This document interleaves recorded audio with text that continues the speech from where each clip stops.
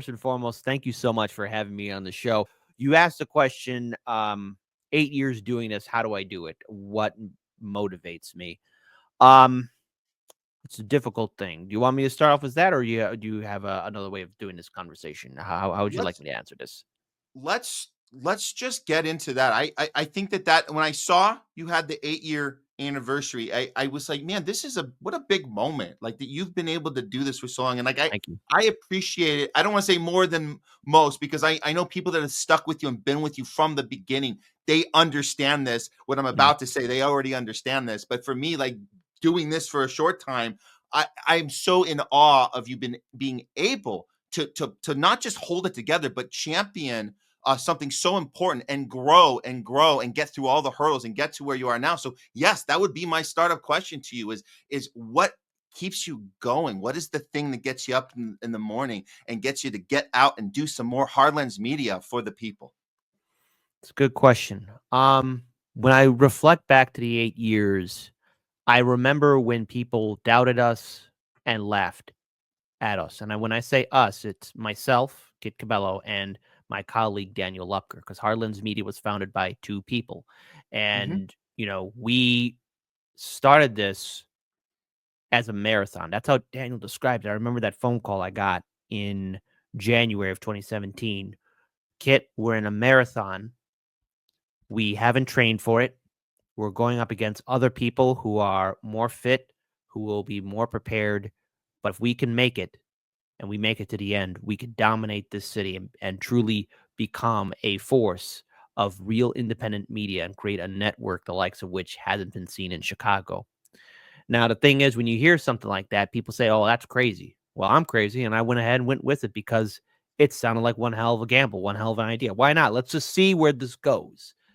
And so there's many things that motivates me when I wake up in the morning. It's the history, um, the work that we did on the streets was just a cell phone, a Galaxy S7 cell phone. People can laugh at that as much as they want, but that's what we did. Going onto radio, no experience whatsoever, creating a show, going onto CAN TV, having a TV show last for 7 seasons so far, getting on the internet, and then dealing with the jackboot of censorship. It is the hunger. It is the fight. And, yes, it's growing and growing, but there have been roadblocks. There have been, trials and tribulations, a lot of defeats and a lot of pain. And doing something like this is not for the faint of heart. It's going in, it's expecting not a bouquet of roses, but a whole field of landmines. And if you could survive it and keep on doing it, why are you doing it? It's because of the passion and the dream that you see. And my dream is to create something. Myself and Daniel's dream is to create something here in Chicago, and eventually, hopefully, through enough dedication and work, to where people could see, like, hey, this is a network, this is a platform that's going to change things. And there's always going to be those rough days where it's like, what the hell? What am I doing?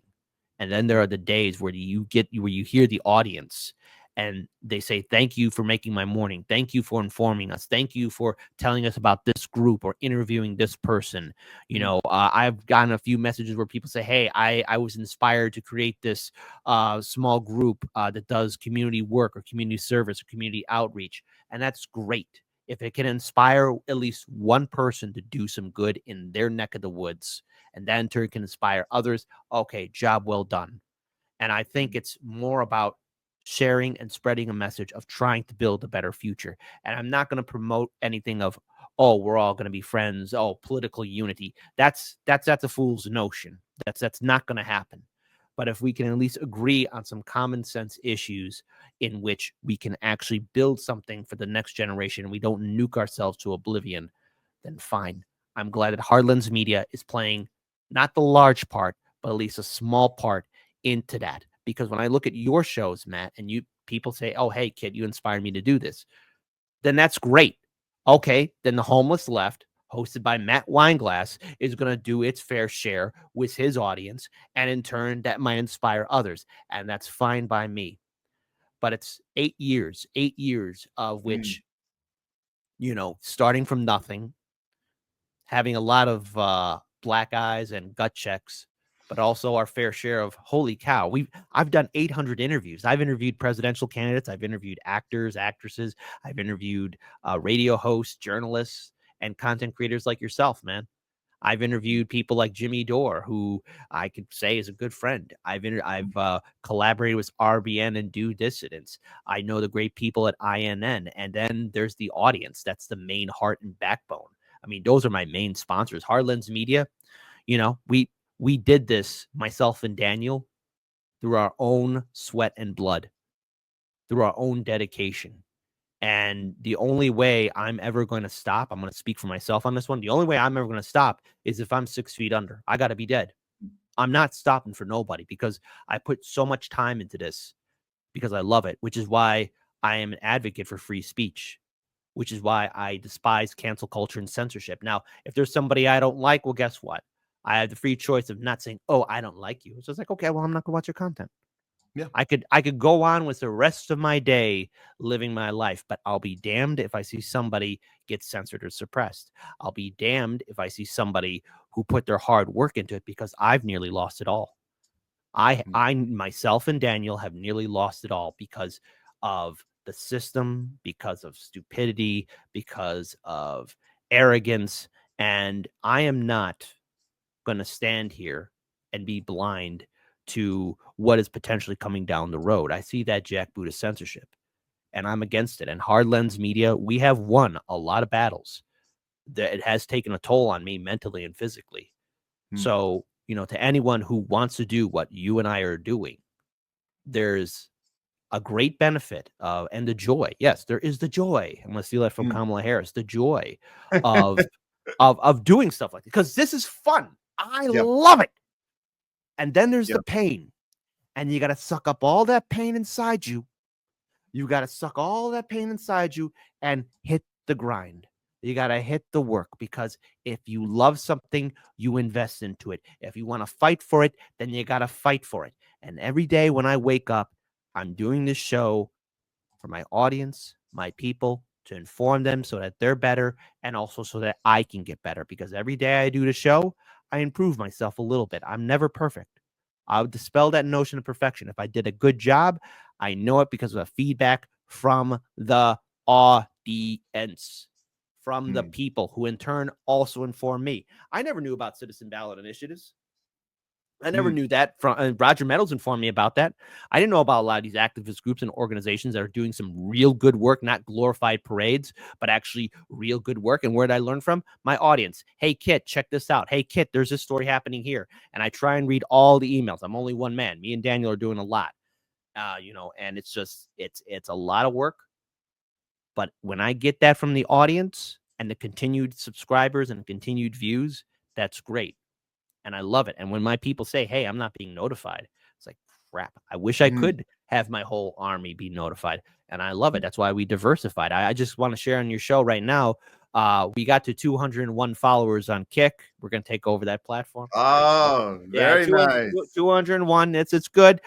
These are good numbers. They're incredible numbers. They're so huge. And when we get to 1 million, everyone's heads are going to be spinning for days. But this is the passion. And it's the ups and downs. And I hope this answers your question. Like, why do I do it? I do it for the people. Yes, I do a little bit for myself, but I also do it for the bigger vision. And that is Lens Media, 99 perspectives, and what its legacy could be for future generations to be better, for more people to speak out, to connect, and build a better future. Because one day I'm not going to be around. One day I will go.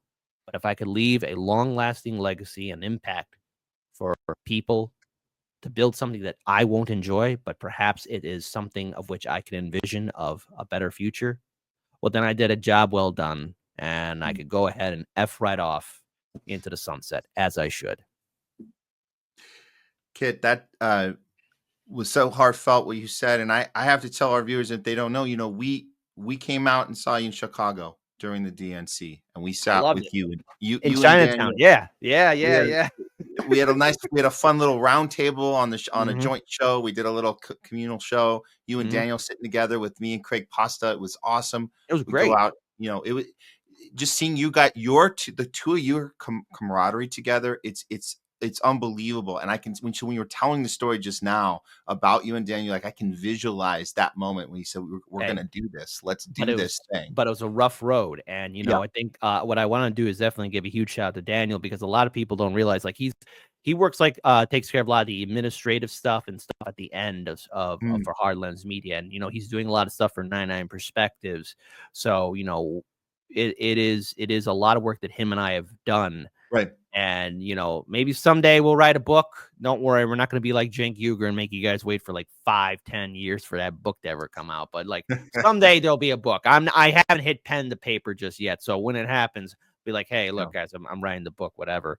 But it is a story of triumph and tragedy, victories and defeats. And it was really wonderful to actually meet you guys again. I've met Craig before. He's flown out to Yeah. Chicago before, but it was wonderful to meet you and your partner Leslie here in was, yeah, Chicago. Yeah, yeah, it yeah, was great, and it was wonderful hanging out at the DNC convention, meeting at Chinatown. It was a great experience, and yeah.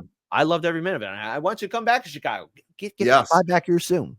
Yes, absolutely, and being in the streets with the protesters and just Hmm. having the voice from the people, which is is what you're talking about. You're talking about this need to be honest and truthful and communicate to the people because there's nobody else doing it. And I think you might, I'm assuming you might share my sentiment that if in some alternate universe where the mainstream media was doing this job, Hmm. would we really be excited about this? Probably not. I think the excitement comes from the fact that there's a need for this, and it's not being fulfilled, and people need to have this, and it needs to come from an organic, real place that isn't based on keeping people in line and propaganda and protecting the powerful and beating up on people. Like if that wasn't a thing in a different Hmm. dimension, then we wouldn't really have to do this. I don't think. I mean, unless you would just do it anyways because you love it so much. But was that your initial reason? The reason I started was I was like, I can't stand this anymore. These people are ruining people's minds. They're capturing people that otherwise would be very smart people and be able to like Hmm. have critical thinking skills. These aren't dumb people that they've captured. They're people who are smart who just were victims of this thing. And I said, I can't stand it anymore here in Hollywood. Like I have to do something about it. And I saw that you guys were doing it, and that was exactly why I said this Hmm. can be done. So let's do it. But would you be doing something else if they were doing their job?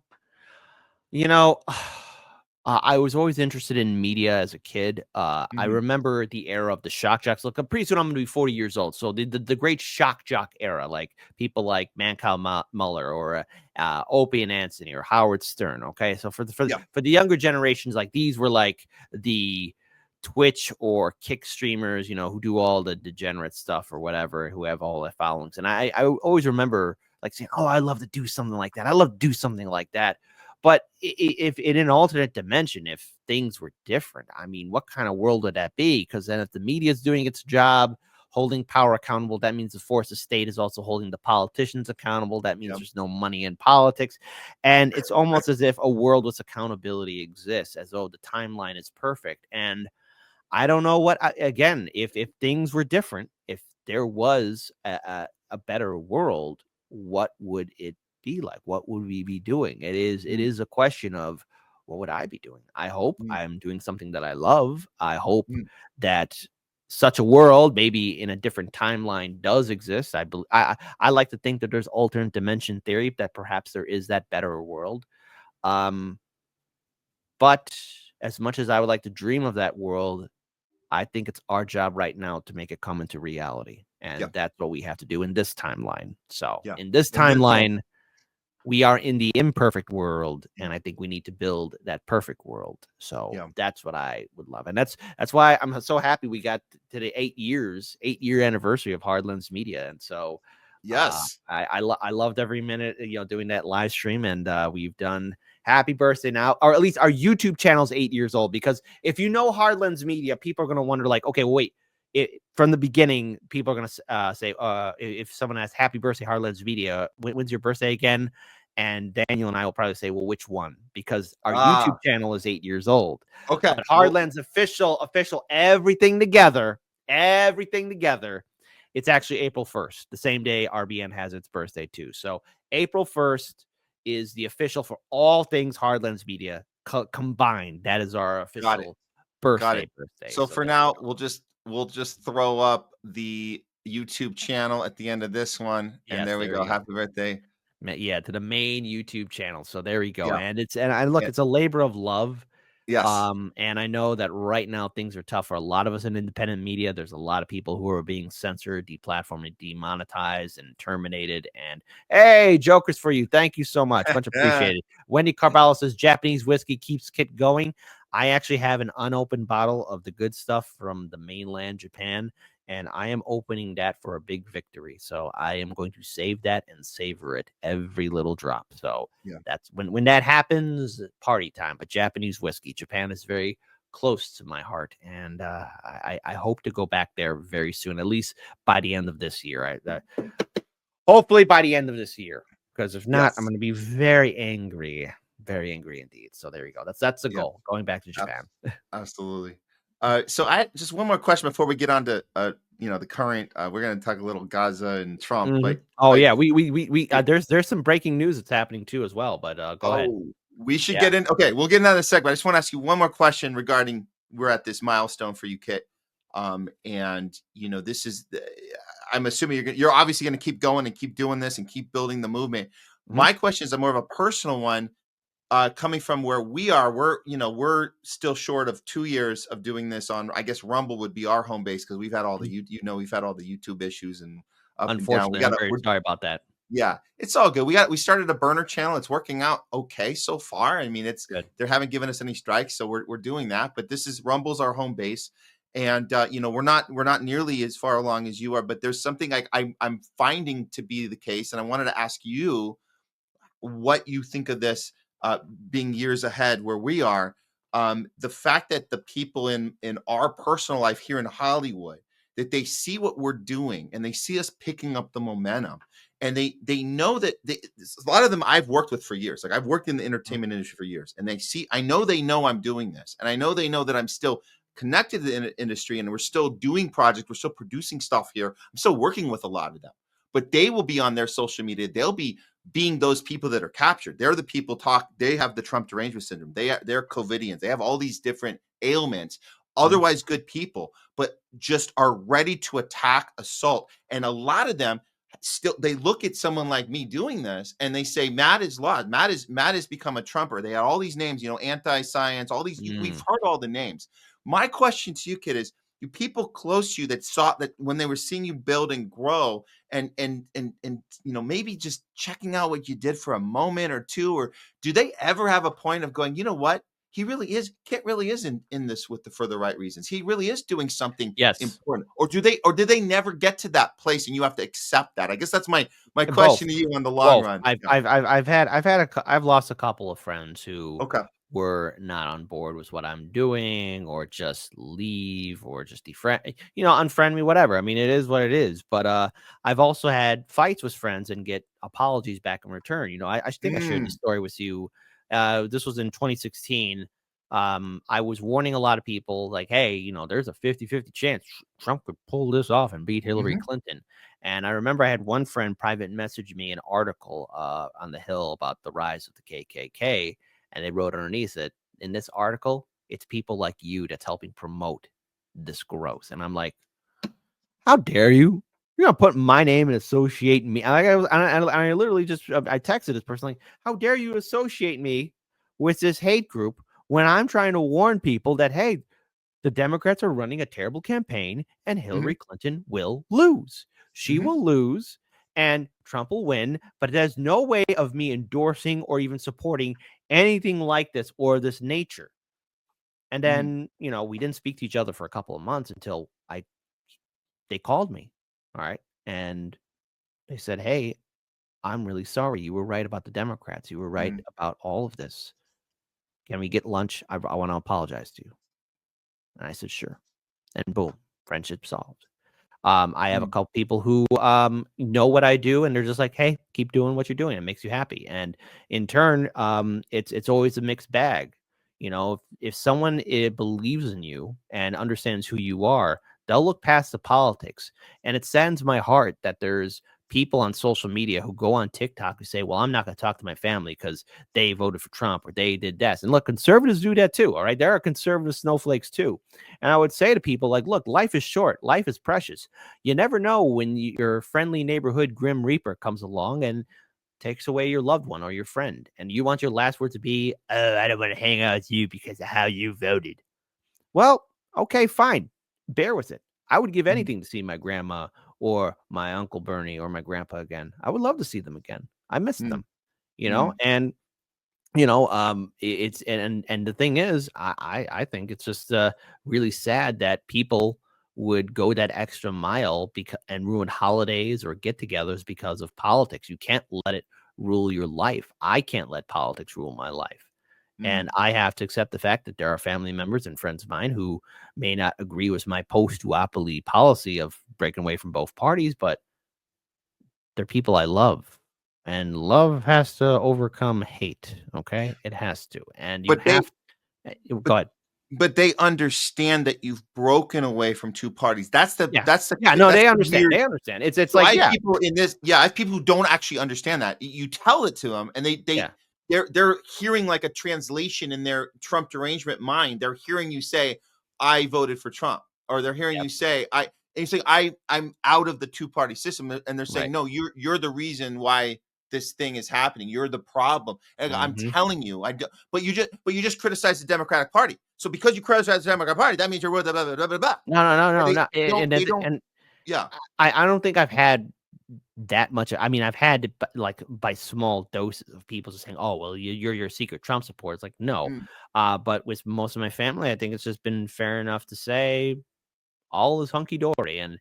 frankly, I think I'm lucky about that. And if I'm Good. lucky with that, one less problem, one less headache, because I got enough headaches as it Yeah. is. And you know what? The less headaches I get, the less pain I get, the better off. Because what I see coming down the road for us, it doesn't look too pretty. And I hope I'm overthinking it because I Mm, want to be optimistic about this new era that we are in, potentially, a growth for independent media, for free speech. And that's why I like platforms like Rumble or Kick that are doing right. some great things. And yes, I hold out the audacity for hope for YouTube to fix its reckless ways. But, I hope in one hand, crap in the other, and see which one fills up faster. So I am hesitant to be too hopeful, but I want to hold out and think that things can get better.